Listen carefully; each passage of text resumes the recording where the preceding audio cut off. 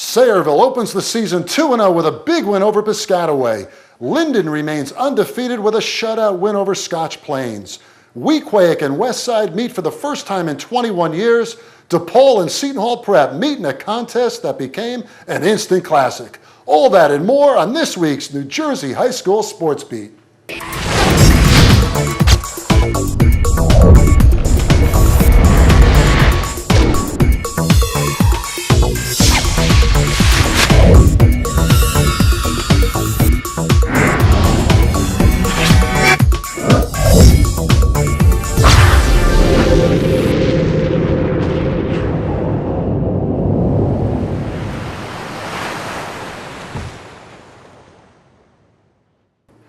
Hello everybody, I'm Steve Tober. My backfield mate, Dennis Jones, is sunning himself in Aruba, so I'm going solo this week. Plenty of action to bring to you, plenty of sports on the calendar. What a weekend it was in high school football. How about Middletown North, down 27-7, comes back to beat Toms River South. We'll have highlights from that game on tonight's show. Linden, what a start they're off to under Dion Canea in his second year. They got Betsytown this week, that's Chet Parlavecchio's Elizabeth Minutemen. But Linden off to a 2-0 start and state ranked. And how about some of the surprise stories? Glen Ridge knocking off Verona. How about Don Morganroth, first-year coach at Chatham? Plenty to talk about, the coaches, the players, the teams. But we begin with our game of the week. Sometimes the twists and turns of games, they can be unpredictable, but they can also be a bit pedantic at times, as games suddenly become kind of ordinary. But then the peaks and the plateaus happen, which was the case when Seton Hall Prep and DePaul went at it at Anthony J. Verducci Field in West Orange this past Saturday. It became an instant classic. DePaul, still smarting a bit from a season-opening 34-21 loss to state-ranked St. Joseph Montvale in the kickoff classic, came to Seton Hall Prep also without its starting quarterback in the lineup since Dan Farley had fractured his thumb in that setback to St. Joe's. But the Spartans are one of those fortunate teams that have a very good backup, and junior Dan Kowal would prove to be up to the challenge at quarterback on Saturday.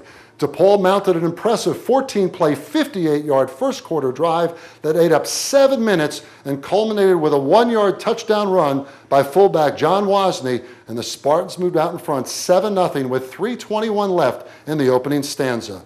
Seton Hall Prep's offense was stymied for most of the part in the game's early moments, but received a much-needed spark from special teams late in the second quarter when Mike DiTommaso, operating out of the tough-to-defend rugby punt, faked the kick and instead delivered a perfect pass to wingback Connor Wojak, who completed a 31-yard gain down to the DePaul 8-yard line.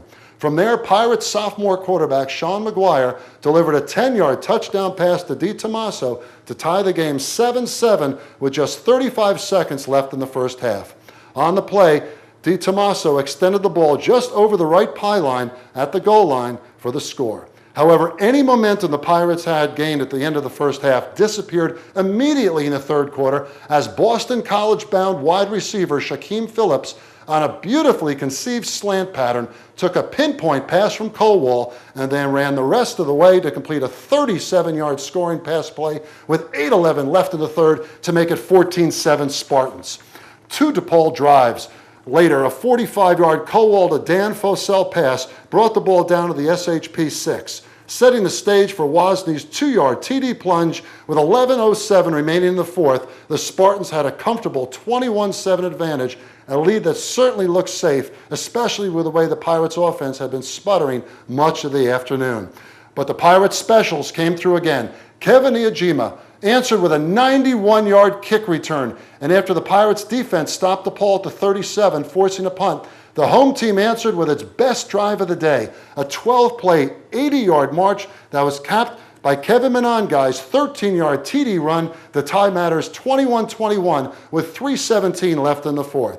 Seton Hall Prep attempted a squib kick up the middle in the ensuing kickoff to try to keep the ball away from Phillips, but the fleet-footed All-State candidate was still able to scoop up the ball and bolt 81 yards for another score to give DePaul a 28-21 lead with 3:05 left.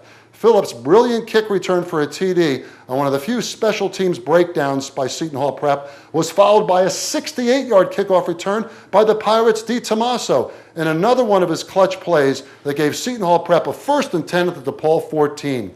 He didn't even know the Pirates' 3rd and 11 zone aerial toss from McGuire appeared to have resulted in a DePaul defensive back committing pass interference while covering DeTomaso in the end zone. No flag was thrown, and the Seton Hall Prep drive ended on downs at the DePaul 15. But on 2nd down from the 18, DePaul fumbled. The Pirates linebacker Bill Bigsby recovered, and Seton Hall Prep 4 plays later scored as Monangai went in from the 1 with just 41 seconds left in regulation. Sebastian Aguirre's 4th straight perfect extra point placement tied the game at 28-28 and forced overtime. The exciting afternoon came to a crescendo when impressive junior quarterback Kowal completed a 25-yard scoring pass to tight end Dan Fossell on a clutch 3rd and 10 on the Spartans' first overtime possession, resulting in what would be a pulsating 34-28 DePaul triumph. SHAP failed to convert on a 4th and 2 at the 17 on its first possession in overtime after DePaul scored, and a happy group of Spartans stormed the field to hug each other in jubilation over a stirring victory against a worthy opponent. Fossell, senior tight end for DePaul, 5 catches, 81 yards, but the biggest, Dan, in overtime. Tell us about that play after a timeout. We just saw that they weren't covering the backside in one of our sets, so we just had to connect on the last play. A 25-yard pass, and Danny Cowell had quite a day, your quarterback, stepping in for Farley, who was hurt and had the broken thumb. How about your backup quarterback, the job he did today with over 250 yards of offense? Outstanding job. He had to step up. My best friend at quarterback, played freshman ball together. We just had to complete passes, keep the ball moving. Steve Tober with Shaquem Phillips, senior wideout for DePaul, a 81-yard kick return for a touchdown, a 37-yard reception, a nice slant pass. Yeah.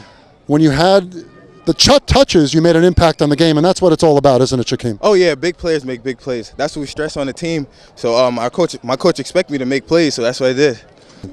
Steve Tober with Dan Cowell, the junior quarterback. What a job today. Danny Cowell, 250 yards combined offense, running, passing, stepping in for Farley. How'd you feel out there today? You really made the big plays. I was just really excited to go out there. I knew we could lead us to a win today. Everybody blocked great, caught passes good, and we just went out, got the win. How about your touchdown pass to win the game in overtime, 34-28? Tell us about that on a 3rd and 10. Coach Mack saw it the play before. We ran it twice in a row. They knew Dan was going to be wide open, just delivered and touchdown. Game over. The great Tony Verducci, if he was alive today, would have loved to have been at the field named in his honor to experience that DePaul Seton Hall Prep clash. What a game it was. When we come back, we'll look at games like Chatham, Linden, Middletown North's great win. The week in review is coming up here on the New Jersey High School Sports Beat. Stay with us.